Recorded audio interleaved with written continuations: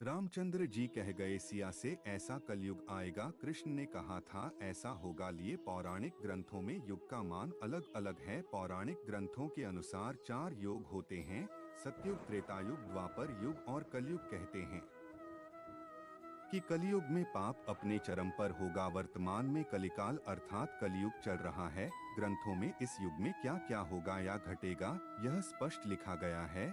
यह भी है कि इस युग में जब कहीं भी प्रलय होगा तो सिर्फ हरि कीर्तन ही उस बचाएगा। नमस्कार मित्रों, स्वागत है मेरे एक नए वीडियो में। वीडियो पसंद आए तो एक लाइक जरूर कीजिएगा। कमेंट में जरूर लिखें जय श्री कृष्णा। नंबर 1 पर आता है सतयुग। सतयुग में प्रतीकात्मक तौर पर धर्म के 4 पैर थे। सत्य युग में मनुष्य की लंबाई 32 पेट अर्थात लगभग 21 हाथ बताई गई है। इस युग में पाप की मात्रा 0 विश्वा अर्थात 0% होती है। पुण्य की मात्रा 20 विश्वा अर्थात 100% होती है। राजा हरिश्चंद्र हुए थे।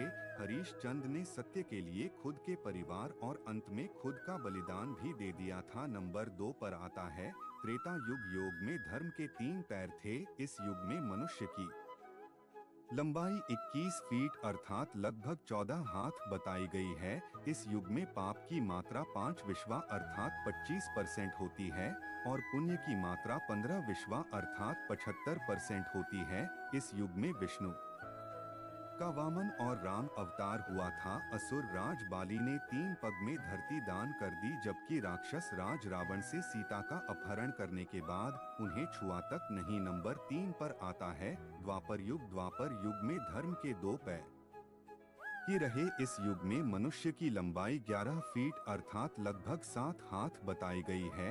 इस युग में पाप की मात्रा 10 विश्वा अर्थात 50% होती है, जबकि उन्हें की मात्रा 10 विश्वा अर्थात 50% होती है। मतलब यह कि इस युग में आधे मनुष्य पापी और आधे पुण्यात्मा थे। इसी युग में महाभारत का युद्ध हुआ था। यह युद्ध धर्म युद्ध ही था। कृष्ण ने धर्म की रक्षा की थी। नंबर 4 पर है कलयुग। कलयुग में 2 पैर और अब कलिकाल में धर्म के पैरों का कोई नामो निशान नहीं है। धर्म अब पंगु बन गया है।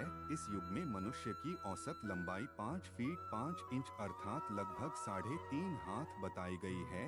इस युग में धर्म का सिर्फ 1/4 अंश ही रह जाता है। इस युग में पाप की मात्रा 15 विश्वा अर्थात 75% होती है। लेकिन वर्तमान में देखा जा रहा है कि कलयुग अपने चरम पर है। यह जो 25% पुण्य की मात्रा बताई गई है, यह अब कहीं भी नजर नहीं आती है। महज 5% ही पुण्य कहीं बचा होगा। अब तो चारों तरफ पाप ही पाप नजर आता है।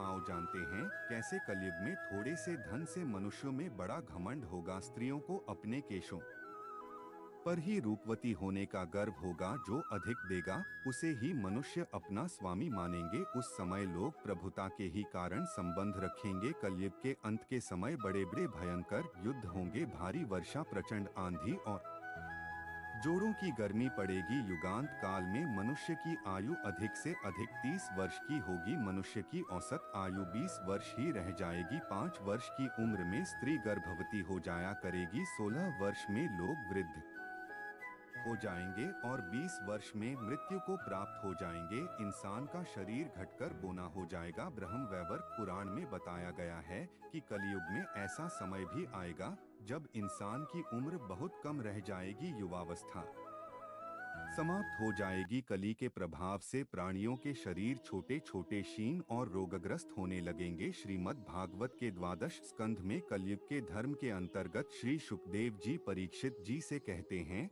जो घोर कलयुग आ जाएगा, क्यों क्यों उत्तरोत्तर धर्म, सत्य, पवित्रता शर्मा गया। आयोग, बल और स्मरण शक्ति का लोप होता जाएगा, अर्थात लोगों की आयु भी कम होती जाएगी। जब कलिकाल बढ़ता चला जाएगा, कलयुग के अंत में जिस समय कल की अवतार अवतरित होंगे, उस समय मनुष्य की परम आयु केवल 20 या 30 वर्ष होगी। जिस समय कल की अवतार आएंगे, गाय भेड़ बकरियों की तरह छोटी छोटी और कम दूध देने वाली हो जाएगी। पुत्र पिता का और पिता पुत्र का वध करके भी उद्विग्न नहीं होंगे। अपनी प्रशंसा के लिए लोग बड़ी बड़ी बातें बनाएंगे, किंतु समाज में उनकी निंदा नहीं होगी। उस समय सारा जगत म्लेच्छ हो जाएगा, इसमें संचयन नहीं। कलयुग में लोग शास्त्रों से विमुख हो जाएंगे। बुरी बातें और बुरे शब्दों का ही व्यवहार किया जाएगा। स्त्री और पुरुष दोनों ही अधर्मी हो जाएंगी। स्त्रियां पतिव्रत धर्म का पालन करना बंद कर देगी